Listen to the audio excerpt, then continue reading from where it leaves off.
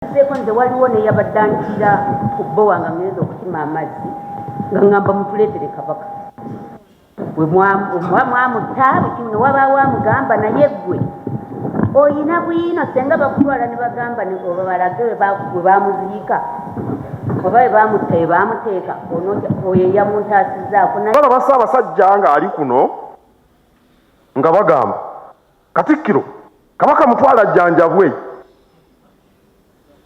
Ssaabasajja bw'agenda okujjanjabwa nga bagamba Katikkiro Kabaka omukwese muleete. Ndowooza obwannakigwanyizi mu bufuna buli budde babeerako kye bayiiya. Waliwo ne lwe baabika omutanda ng'agenze wano Kenya ate enkeera ne babulaba ne Pulezidenti Uhuru tebalina na nsonyi. Wandibadde ogamba nti kwolwo bandyetonze ba ne basirikira ddala. Bwe bavaawo nti ali mu buwambe ate bw'atabeera mu buwambe nti awaali bamukuumiddewo tayeyagalidde. Kabaka babadde bamuyita bano abaana ab'oku nguudo. Omanyi omwana ow'oku nguudo akamotoka kajja akasite kanso ne kabayoola ne babatwala baba batwala kampiringisa ani amanyi. Naye olaba n'omuntu wa bulijjo ono juzi wano omuntu bamukwatidde ku kisaawe omuntu atamanyiddwa na kumanyibwa. Kabaka bamuyita mwana wa ku luguudo.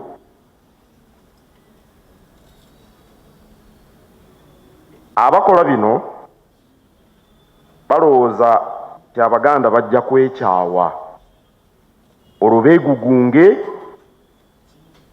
bo batuuke ne ku bye baagala.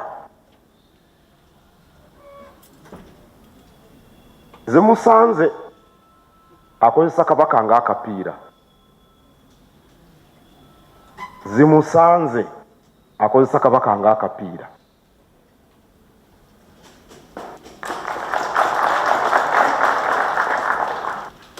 Abantu bano mubamanyi kambabuulire nga mukulu wammwe mubeegendereze si balungi.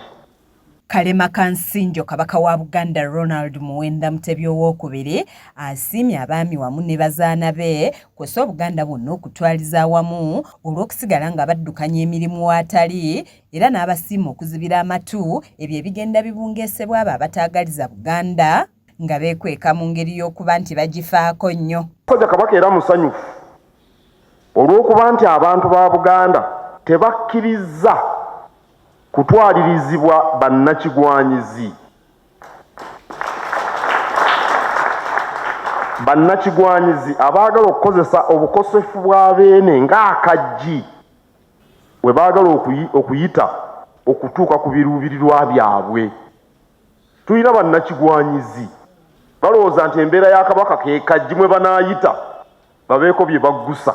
Obubaka buno abutisse mukuumaddamula munnamateeka Charles Peter Mayiga ng'abyanjulidde mu lutuula lwa Buganda olukiiko olubadde luyisa embalirira ya Buganda ey'omwaka 2024-2025 ng'eneesomeddwa omumyuka wa Katikkiro owookubiri era omuwanika wa Buganda ow'ekitiibwa Waggwa Nsibirwa nga luno luyindidde mu lukiiko lwa Buganda olukulu mu Bulange Mengo. Embalirira eyanjuddwa ya buwumbi obuwera ddala 557 mu obukadde 434 mu emitwalo 27,697 ng'ebisinze okusoosowazibwa kuliko ebyobulamu, ebyobusuubuzi wamu n'ebyobulimi, ebyenjigiriza wamu n'ebirala.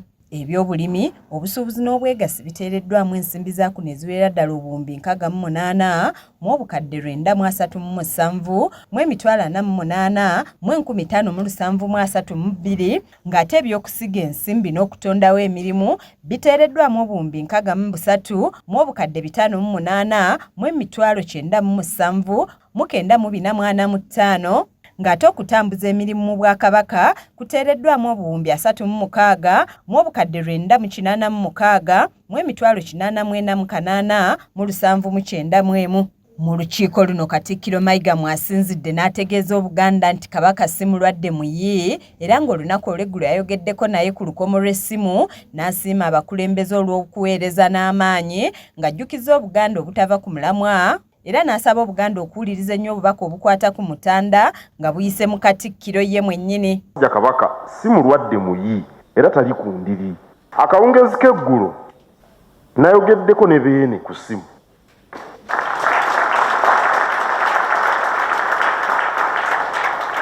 Era Beene musanyufu nnyo okulaba ng'emirimu gy'Obwakabaka gitambula, era yantumye okubategeeza nti musanyufu olw'obumalirivu obutusobosezza okulaba ng'enteekateeka z'Obwakabaka zigenda mu maaso. Akawungezi k'eggulo ku ssaawa 12.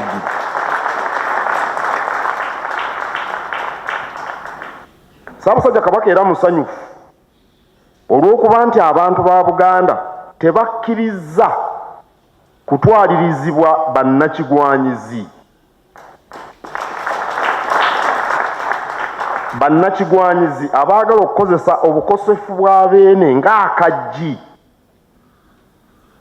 we baagala okuyita okutuuka ku biruubirirwa byabwe.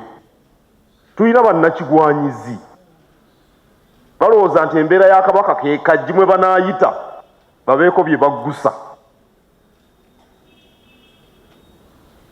Bwe balaba Ssaabasajja ng'ali kuno nga bagamba Katikkiro Kabaka mutwala ajjanjabwe.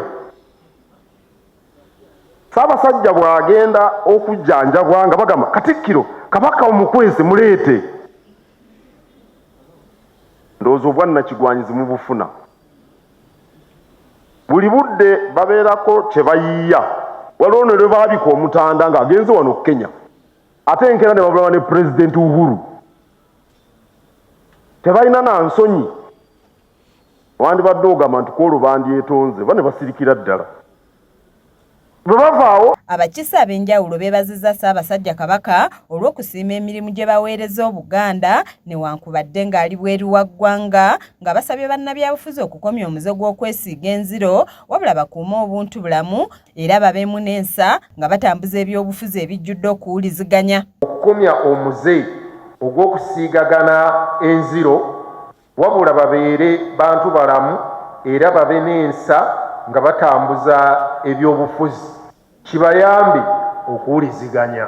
Bano basiimye n'emirimu egikoleddwa wamu n'ebirungi ebituukiddwako mu mwaka gw'ebyensimbi 2023-2024 gwe bakubye emabega era ne bayisa n'ebiteeso ebiwerera ddala 7. Oluvannyuma Minisita wa Kabinenti, olukiiko wamu n'abagenyi Oweekitiibwa Noah Kiyimba asomedde olukiiko ebiteeso ebiyisiddwa. Sizza ebiteeso bino wammanga.